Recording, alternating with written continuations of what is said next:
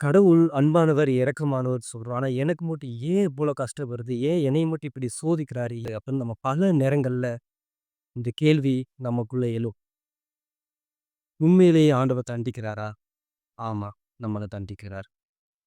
தண்டிப்பதற்கான காரணம் ஒன்றே ஒன்று. அது என்னதுன்னா, அன்புதான். ஆமா. திருவெளிப்பாடு நூல்ல இவ்வாறு ஆண்டவர் கூறுகிறார். நான் யார் மீது அன்பு செலுத்துகிறேனோ, அவர்களை கடிந்து, தண்டித்து, திருத்துகிறேன் என்று. ஆகவே கடவுள் நம்மள ரொம்ப அன்பு செய்கிறார். அதனால தான் நம்ம எதுவும் தப்பு செய்யும்போது நம்மள கண்டிக்கிறார், நம்மள சோதிக்கிறார், நம்மள கடிந்து, தண்டித்து, திருத்துகிறார். நம்ம திரும்பி அந்த தப்ப செய்யக்கூடாது. திருந்தி ஆண்டவர்ட்ட வரணும். அப்படின்னு ஒரே ஒரு காரணத்துக்காக தான் நம்மள தண்டிக்கிறார். ஆகவே எப்பல்லாம் ஆண்டவர் என்னைய தண்டிக்கிறாரு, எனக்கு மட்டும் இவ்வளோ சோதனை வருது அப்படின்னு நம்ம நினைக்கிறப்பலாம் நம்மள சந்தோஷப்படணும். ஏன்னா, நம்மள அன்பு செய்கின்றார். நம்மள அன்பு செய்றதுக்கு ஒருத்தவர் இருக்கிறாரு அப்படின்னு சந்தோஷப்படணும்.